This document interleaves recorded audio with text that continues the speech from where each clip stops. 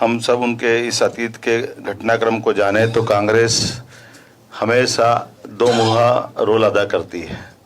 आज वोट के खातिर अंबेडकर जी की बात कर रही है, लेकिन अंबेडकर जी के प्रति कांग्रेस ने क्या क्या किया, कुछ बानगी बताना चाहूँगा। जवाहरलाल नेहरू जी ने उनको, जो स्वयं अंबेडकर जी ने इस बात को कोट भी किया है कि मैं मूल रूप से वित्त का और उद्योग के बारे में जानकार था, लेकिन उनको न तो उद्योग का काम दिया न वित्त का काम दिया। इससे आगे बढ़कर अंबेडकर जी जब भी अपने विषय को लेकर जाते थे, यहाँ तक कि उनको किसी संसदीय कमेटी का भी सदस्य नहीं बनाया गया। उन्हें कानून मंत्रालय तो दिया है, लेकिन उसमें भी ईमानदारी से काम नहीं करने दिया। हिंदू कोड बिल जब भी उनने बात करने की बात कही तो उनके स्वयं के शब्दों में जो उनने लिख करके भी दिया है, उनने अपने कहा कि उसमें केवल धर्म विशेष के मुस्लिम बंधुओं की बात करते थे, हिंदुओं की, एससी की, एसटी की। कांग्रेस के तत्कालीन प्रधानमंत्री ने खुल करके विरोध करके उनको चुनाव हरवाने का प्रयास किया। बाद का उपचुनाव हुआ, उपचुनाव में भी उनको चुनाव हराने का प्रयास किया। बाद के समय में काजोलकर जी उनके साथ चुनाव में लड़े थे। काजोलकर जी का कोई अलग से पहचान नहीं है, लेकिन काजोलकर जी को पद्म विभूषण भी दिया गया। एक ही बार चुनाव जीते, उनका कोई उल्लेखनीय योगदान नहीं है, लेकिन फिर भी ये कोट करने वाली बात है कि बाबा साहब का समूचे समाज के किए गए योगदान को अवॉइड करते हुए एक तरह से उनके बारे में, यहाँ तक कि जब उनका इस्तीफा मंजूर कर रहे थे तब उन्होंने तत्कालीन गवर्नर से कहा था कि इससे कोई फर्क नहीं पड़ेगा। ये एक ऐसी चीज़ है जिसके बारे में डॉक्टर BC राय को पत्र लिखा है अंबेडकर जी के इस्तीफे से कोई फर्क पड़ने वाला नहीं है। अब ये हम सब समझ सकते हैं कि जिस प्रकार से कांग्रेस ने व्यवहार किया है, अब कांग्रेस किस मुंह से ये बात कर रही है, कांग्रेस को इसका जवाब देना चाहिए। कांग्रेस ने बात के क्रम में भी, हम सब जानते हैं, अंबेडकर जी के समय पे भी और अंबेडकर जी के बाद में भी उनके स्वयं के लिए, ये तो बड़ा घोर आश्चर्य की बात है, पंडित जवाहरलाल नेहरू जी ने अपने स्वयं रहते रहते खुद को भारत रत्न दिलवाया।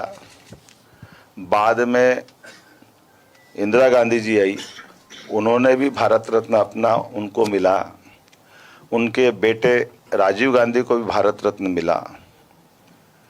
बात के क्रम में आपको सबको मालूम ही है, वो तो 1991 की बात अगर याद करें, नरसिम्हा राव जी की सरकार नहीं होती तो सरदार वल्लभ भाई पटेल और अब्दुल कलाम आज़ाद, इनकी भी नेहरू जी से कम बनती थी। अगर ये होते तो कांग्रेस की सरकार होती या इनके अपने परिवार से कोई होता तो उनके भारत रत्न उस समय भी नहीं दिया जाता। अर्थात इनकी देहावसान हुआ 50 के दशक में, 60 के दशक में, और 40 साल सरदार वल्लभ भाई पटेल को भी भारत रत्न देने में कांग्रेस के एक परिवार के बाहर की ताकत के भरोसे लगा है। अब्दुल कलाम जी का भी वही हाल हुआ। लेकिन और आगे बढ़कर देखता हूँ तो सरदार वल्लभ भाई पटेल, अब्दुल कलाम आज़ाद, बाद के क्रम में स्वर्गीय अटल बिहारी वाजपेयी जी ने न केवल भारत रत्न दिया बाबा साहब अम्बेडकर को, यूपीए की सरकार की तुलना में एनडीए की सरकार संयुक्त दलों को सहमत करते हुए समान रूप से जिनने ऐतिहासिक काम किया और ऐसे अतीत के अंदर जिनने भी बड़ा काम किया, मुझे इस बात की प्रसन्नता है कि हमारे यशस्वी प्रधानमंत्री ने भी नेताजी सुभाष चंद्र बोस को भी भारत रत्न दिया है। और ये वो बातें हैं जिसके आधार पर अपने लिए कोई भी दल का हो, हम सब जानते प्रणब मुखर्जी के प्रति भी नरेंद्र मोदी जी ने उदारतापूर्वक उनको उस पद से नवाजा है। हमारे द्वारा सरकार जब बनती है तो सरकार के लिए बड़ा मन चाहिए, और अंबेडकर जी ने तो उस समय के समाज को जोड़ करके, खासकर शोषित पीड़ित वंचित वर्ग के लिए, हम सब जानते हैं कि सुंदरलाल जी पटवा हमारे ही मुख्यमंत्री थे, जिन्होंने महू के डॉक्टर अंबेडकर के जन्म स्थान को स्मारक बनाने की दिशा में कदम बढ़ाया। बाद में माननीय प्रधानमंत्री जी ने पंच तीर्थ करके इंग्लैंड में जहां उन्होंने शिक्षा ग्रहण की, चैत्य स्थल मुंबई, जन्म स्थान दीक्षा स्थल नागपुर, महू तो है ही, ये ऐसे 5 स्थान को पंच तीर्थ बनाने का काम हमारी पार्टी ने किया है। और इसके पीछे भाव भी ये है, आप कभी इस तरह से भी देख सकते हैं। अंबेडकर जी की बात कर रहे हैं तो अंबेडकर जी को लेकर के देश भर में जयंती मनाई जाती है या पुण्यतिथि मनाई जाती है। एक बार भी जयंती या पुण्यतिथि पे कभी महू आने का काम कांग्रेस के राष्ट्रीय अध्यक्ष जी ने नहीं किया। मध्य प्रदेश से एक बार यात्रा गुजर रही थी, तब जरूर महू रुके। अगर आप उनके तीर्थ पे जाने के भाव नहीं रखते हो तो आपकी श्रद्धा कैसी है? इसीलिए मेरा इतना ही निवेदन है, उससे आगे बढ़कर भी जब भी सरकारें रही तो इनके परिवारों के नाम पर योजनाएं बनाई, स्मारक बनाए, भवन बनाई, जाने क्या क्या बनाए, लेकिन कोई एक भी स्कीम या एक भी स्मारक कांग्रेस के द्वारा अंबेडकर जी से कहीं उनको कोई सम्मान देने का काम नहीं किया है। अब अपने चुनावी समीकरण के आधार पर, जैसे कांग्रेस हमेशा अतीत में इसी प्रकार के सगुफे चला करके बात अपने ढंग से अपना वोट बैंक तलाशने का प्रयास कर रही है। देश की जनता समझदार है, देश की जनता को बेवकूफ़ नहीं बनाया जा सकता। मैं उम्मीद करता हूं कि कांग्रेस को अपने अतीत के इस पूरे घटनाक्रम पर माफ़ी मांगना चाहिए और अंबेडकर जी के प्रति सम्मान प्रकट करते हुए ऐसा कोई उनके द्वारा कदम किया जाना चाहिए जो वास्तव में लगे। केवल वोट की खातिर आप किसी को कैसे भी करके विषय पलटने जाओगे, ये बात गले नहीं उतरेगी और जनता इस सब बातों को जानती है।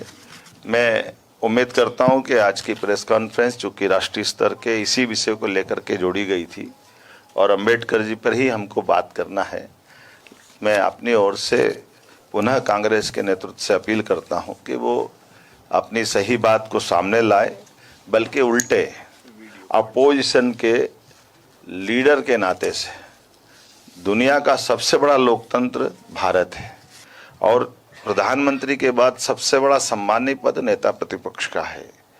स्वर्गीय भारत रत्न अटल बिहारी वाजपेयी जी ने उस पद की गरिमा एक तरह से हिमालय की चोटी की तरह बढ़ाई। 5-5 प्रधानमंत्री के सामने वो अपोजिशन के लीडर के नाते से सदैव बैठते आए। हर एक बार उनने अपनी गरिमा से अपने पद को गौरवान्वित किया है। अभी हम देखते हैं कि मुखौटे लगा करके सेल्फी खिंचाना या सांसदों को धक्के दे देना, ये फिर जो घायल हो गए, जो आरोप लगा रहे, रिपोर्ट कर रहे हैं, अरे भाई आप थाने से उन्हें रिपोर्ट भी करते, आप हॉस्पिटल मिलने चले जाओ, उनकी मिजाज पुरसी कर लो।